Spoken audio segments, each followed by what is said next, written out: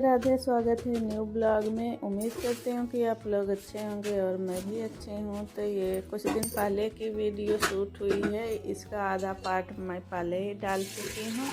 तो रेसिपी वाला पार्ट रह गया था, तो आज इसको मैं शेयर कर देती हूँ, नहीं तो फिर स्पेस नहीं रह जाता है, फिर गैलरी पूरी भर जाती है तो दिक्कत होने लगती है जब हम वीडियो शूट करते हैं।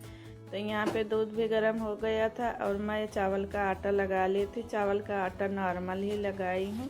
और यहाँ जो पीठा बनाई थी उड़द दाल की, तो इसमें हल्दी और नमक डाल ली थी और थोड़ी सी काली मिर्च और हींग पीसते समय ही दाल में डाल ली थी, मिक्सर में ही पीस गया था। तो इसको चम्मच से अच्छे से मिला देंगे। और दाल में नमक तभी मिलाएंगे जब आपको बनाना रहे। पहले से अगर नमक मिला के रख देंगे पीठे में ना, तो बहुत ज़्यादा गीला हो जाएगा, तो फिर उसको भरने में ना दिक्कत होगी। और ये हमारे यहाँ यूपी की रेसिपी है, तो वही आप लोग के साथ में शेयर कर रही हूँ। कहीं कहीं पे इस रेसिपी का नाम फरा है और कहीं कहीं पे पीठा भी बोलते हैं। तो हम जहाँ रहते हैं ना, यहाँ पे पीठा बोलते हैं। और पीठा हमारे यहाँ जो दाल का बना के रखी हूँ ना, उसको बोलते हैं। तो भगोने में मैं जाली वाली जो भगोनी थी उसमें मैं लगा ली हूँ थोड़ी सी ऑयल। और ऑयल लगाने से क्या होता है कि ये चिपकता नहीं है, बस पहली ही बार लगाना है, आपको बार बार लगाने की ज़रूरत नहीं पड़ेगी। तो यहाँ पे मैं गोलियाँ बना के टिकरी बना दी हूँ और फिर इसमें दाल को भर दूँगी। और दाल को भर के आप इसमें ना दाल कम ज़्यादा भी कर सकते हैं अपने हिसाब से। तो पानी उबलने लगा था, तो फिर मैं एक एक करके इसको रख दूँगी। पहला लेयर जो रखेंगे ना, थोड़ा दूर दूर रखेंगे। और अगर हम नज़दीक रख देंगे ना, तो ये जो जाली है ना बंद हो जाएगी, तो इसमें से भाप निकल नहीं पाएगी। तो इसलिए पहला लेयर जब भी रखें ना, तो थोड़ा दूर दूर रखें, तो भाप अच्छे से निकलती रहेगी। और ये भगोनी जब तक नहीं भर जाएगी, तो ऐसे थोड़ा थोड़ा बीच बीच में रखते जाएंगे। और जैसे जैसे नीचे का पकते जाएगा 10-10 मिनट बाद, फिर लेयर पे लेयर इसे रखते जाएंगे। और जिसके जिसके यहाँ ये रेसिपी बनती होगी ना, कमेंट करके ज़रूर बताइएगा, जो जो खाया होगा। तो ये तो बढ़िया रेसिपी है। जैसे इसमें ना तो तेल लगता है ना तो मसाले लगते हैं, नुकसान भी नहीं करता है। तो चावल का आटा रहता है और उड़द की दाल रहती है। थोड़ा सा आप उसमें बेसन भी मिला लें। अगर बेसन नहीं है आपके पास, चने की दाल है, तो एक मुट्ठी चने की दाल भी मिला सकते हैं, तो उससे और अच्छा टेस्ट आ जाता है। और मुझे पहले पता नहीं था कि मतलब बच्चों ने दाल फुला दिया है। तो सुबह जब मैं उठी ना, तब बच्चों ने बताया कि मैंने दाल फुला दिया है फरा बनाने के लिए। नहीं तो मैं थोड़ा सा ना चने की दाल भी फुला देती। बेसन तो था नहीं, और बेसन होता तो ऑल द बेस्ट था, क्योंकि दाल जैसे मिक्सर में पीसते हैं ना, थोड़ी सी गीली ही रहती है, तो उसमें बेसन मिला लेते हैं, थोड़ा सा सूखा सूखा हो जाता है। तो एक बार का मेरा एक भगोनी का निकल चुका है और बच्चे फिर ले जाके खा रहे थे। और दूसरी बार वाला रख दी हूँ जब कि पक रहा है। और जब भी कोई भी चीज़ बनाएंगे ना नई डिश, तो फिर बर्तन बहुत सारे निकलते हैं।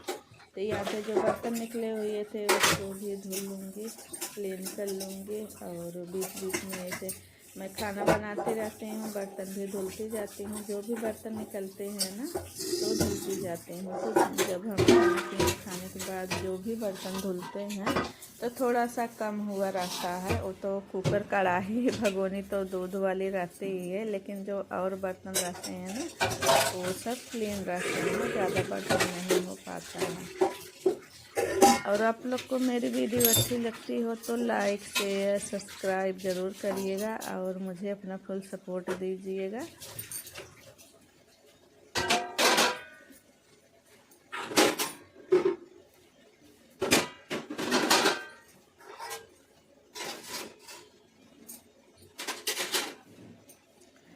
और जब ये दोपहर में आए खा रहे थे, तो बोले कि मीठा वाला चावल नहीं बनाई। तो इसके साथ में ना गुड़ का जो मीठा वाला चावल होता है उसको भी बनाते हैं। तो मीठा वाला चावल देखिए, जब हम पूरन पूरी बनाते हैं या फरा बनाते हैं ना, तो उसके साथ में मीठा वाला चावल बनाते हैं गुड़ का।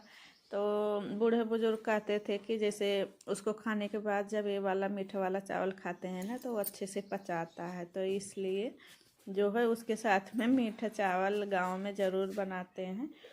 तो यहाँ फिर मैं किचन से आ गई थी कपड़े को फोल्ड करने के लिए। बहुत सारे कपड़े तो नहीं थे, बस थोड़ी बहुत थे जो कि हाथ से धुले हुए थे, तो इसको फोल्ड करके लगा दूंगी अलमारी में। और यहाँ पे 2 शाल निकली हुई है, तो ये तो पतला वाला स्टाइल है, तो इसको बाहर ही रख दूंगी फोल्ड करके। और वो जो शाल है ना, अब उसकी ज़रूरत नहीं है ओढ़ने की, तो उसके लायक ठंडी नहीं है, तो उसको अलमारी में डाल दूंगी और जब दीवान खोलूंगी ना तो उसे रख दूंगी।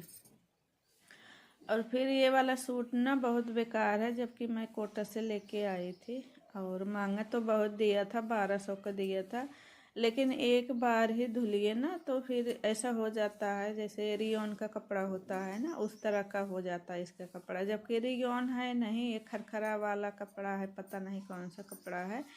तो ये जैसे चलेगा भी नहीं ज़्यादा, सलवार तो फटने वाला है और कुर्ती ही ढीली ढाली है तो चल जाएगी कुछ दिन, नहीं तो वो भी नहीं चलने वाली। और यहाँ पे मैं पेटीकोट भी निकाल ली थी, तो पेटीकोट भी कई निकल आए हैं, तो कई साड़ियाँ भी निकल गई हैं, तो उन सबको भी अभी धुली नहीं हूँ।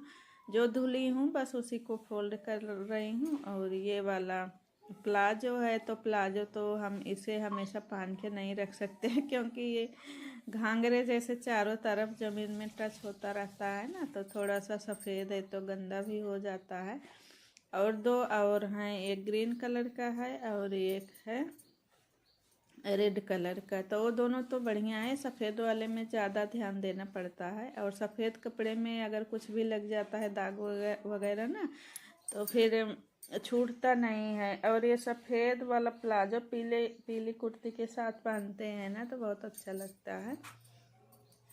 तो यहाँ पे 2 पीली पीली कुर्तियाँ हो गई थी। उस दिन मैं 2 पहनी थी, ये शॉर्ट वाली पहनी थी, मंदिर गई थी, और फिर जब खाना खाने जाने लगी ना तो लॉन्ग वाली पहन ली। तो मुझे थोड़ा सा अनकंफर्टेबल लग रहा था इस कुर्ती में, बाहर मतलब सबके सामने जाने में, तो मैं लॉन्ग वाली पहन ली थी।